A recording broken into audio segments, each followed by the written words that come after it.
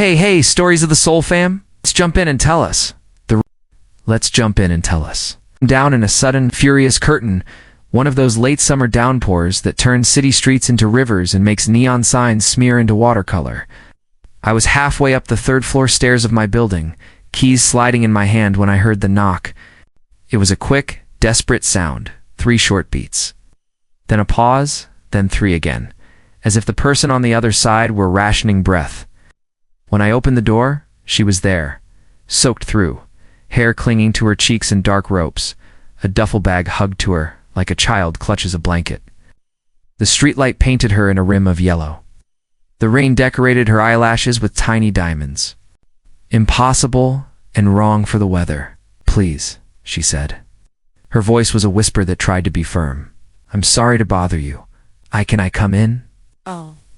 There are times when you measure danger by the sound of a voice rather than what stands before you.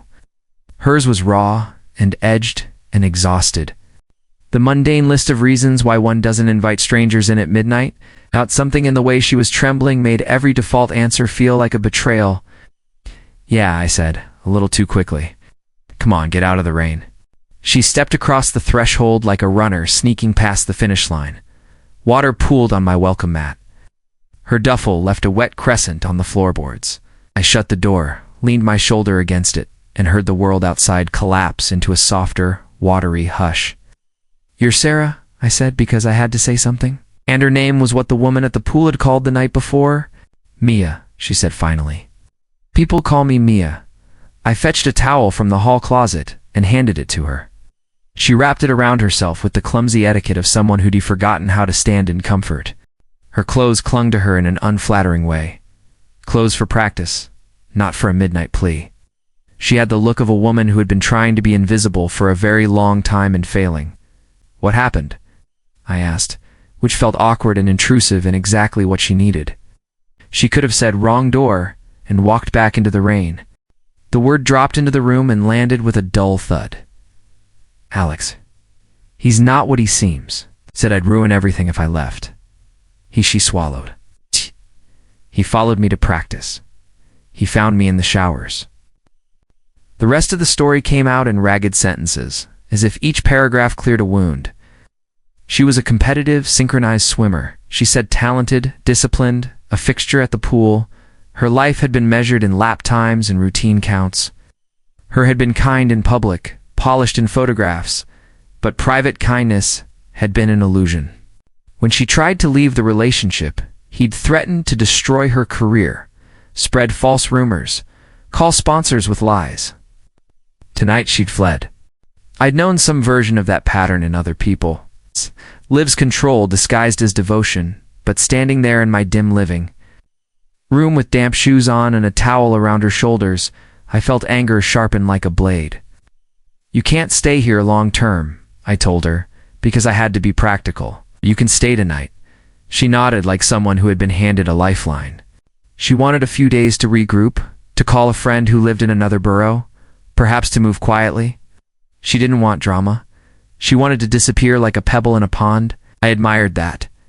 Disappearing felt noble in a world addicted to spectacle. My life is the kind that is best interrupted by other people as emergencies. Friends needing help, neighbors without lights, a stray cat abandoned in the stairwell. That night, my normal was altered by the presence of a woman who smelled like chlorine and fear. She told me about the coach Marcus whose voice cut sharp at practice and who expected nothing less than perfection.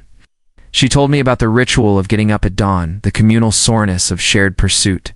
She described her Michael, who attended awards and posed with her 4 photos, his smile a corporate thing. He was the kind of man who measured affection in investments and expected gratitude for every bond he bought. A sweater that smelled faintly of my own dryer sheets, a phone number scribbled on a napkin. By the time the rain eased into a drizzle, she had fallen asleep on my couch, towel tucked over shoulders like a cloak. Sleep, in that moment, was a fragile truce. I kept imagining the vivacity I saw in her performance's arcs of movement. Perfect timing, and it felt incongruous with the fragile figure on my couch. She woke to sunlight and birds, in a city that seemed less menacing in open air. When she emerged from the room, the apartment felt less like a sanctuary and more like a place of possibilities. "I need to call someone," she said. "I can drive you," I offered. I surprised myself by saying it. My life had never been one to leap into drama.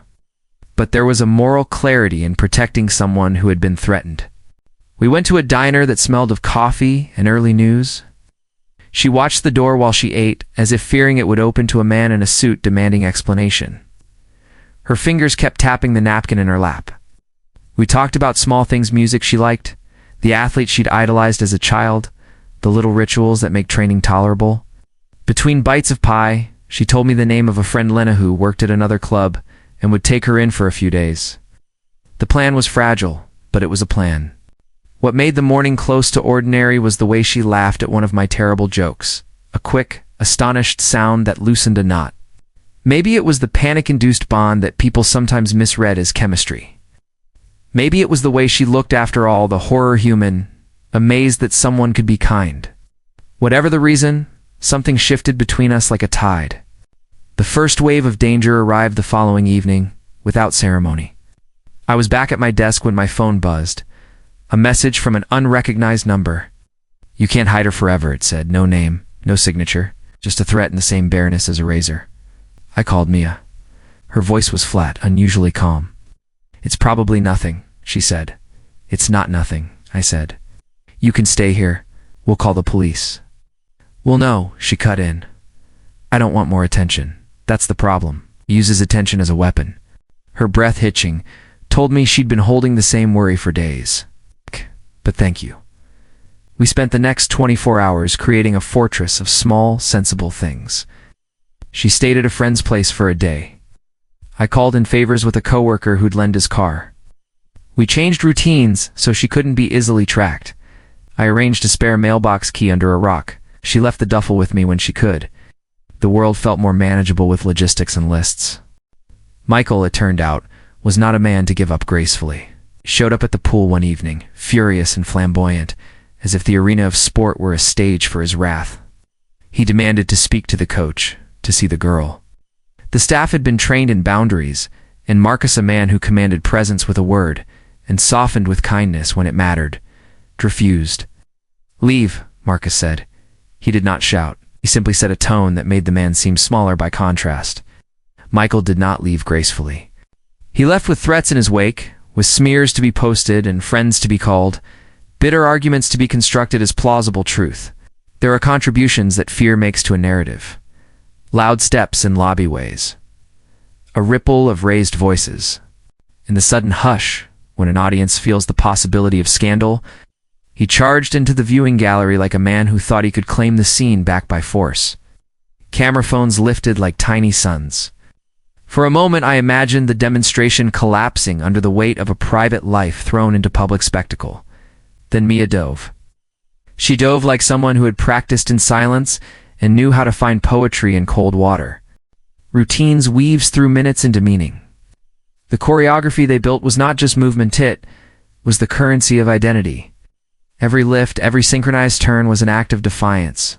The crowd watched, transfixed. Michael's face contorted as every arc of muscle and grace rebuked his attempt to reduce her to drama. He tried to shout over the music, to brand the arena with his version of the story. But the team, tight and proud, moved like a single organism, and their story was stronger than his rhetoric. After the performance, there was no dramatic arrest, no cinematic showdown. Sponsors who'd been teetering on deadlines pledged support on the spot. Parents moved closer to their daughters, hugging them as if to reknit something frayed. The city, which thrives on spectacle, surprised me by offering support instead of scandal. Michael's tactics changed. He tried legal claims, he whispered to reporters. But his credibility had been damaged by the footage of a woman, Mia, so luminous in her talent, that anything less than that truth looked like a lie. The lawyers shuffled papers. The man who'd wanted to own her narrative found the world less obedient than his wallet. In the small after, when threats diminished into thin incidents and life moved toward the ordinary, Mia and I began the slow, careful process of understanding each other. We cooked dinners that tasted of garlic and clumsy domesticity. We traded books and music, and the kind of secrets that are more important because they are not meant for performance. Romance between two people who had entered each other's lives in sudden danger can be complicated. The scaffolding of rescue often masks what follows. We took it slow. We learned that love that grew from shared trauma needed patience and the discipline of choices, the same rhythms that make a successful performance. She taught me to swim better than I expected to learn. I taught her how to make coffee without burning it. Ernestine reconciled with the small things that stitched a life. A hand held before a storm. A note on the fridge that read merely, "We've got this." The suspense never fully slipped away.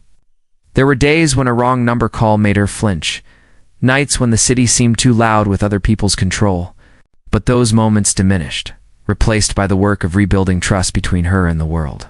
Months later, at a late-night celebration with the team, after an especially triumphant regional showing, Mia slipped off into the quiet balcony and found me watching the city lights. The stadium that had once been a place of performance was now a shared memory of survival.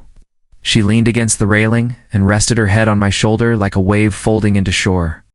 "You saved me," she said, and there was both exasperation and gratitude braided in the words. "From thinking I had no options. You saved me too," I answered. "From being someone who watches instead of acts." She laughed and poked my arm. "That's an impressive thing to say. We're both dramatic now." We stood there, silhouettes against a city that had the gall to keep on shining. The night was one of the things I keep like a book in my drawer, its margins marked with small victories. I realized then that rescues are rarely one-sided. They're messy exchanges of help and vulnerability, where two people become anchors for each other. On the way home, we shared a taxi, and at the corner of my building, she pulled me toward her, sudden and resolute. "Promise me one thing," she said, looking up at me in a way that asked for more than an answer. "Promise you'll stay when it gets messy." "I promise," I said, because rarely has any pledge felt as natural. It was not a vow to fix her pain, but a pledge to be present for the real work of love that demands one to show up even when tides turn. She kissed me then, softly, like a punctuation mark on a sentence we were just beginning to write. The rain returned as if to applaud. In its hush, we built something that had nothing to do with rings or contracts. Two people, choosing daily and fiercely to keep each other safe. And in a world that loves drama and headlines, that felt like an act of quiet courage worth more than any story the tabloids could sell.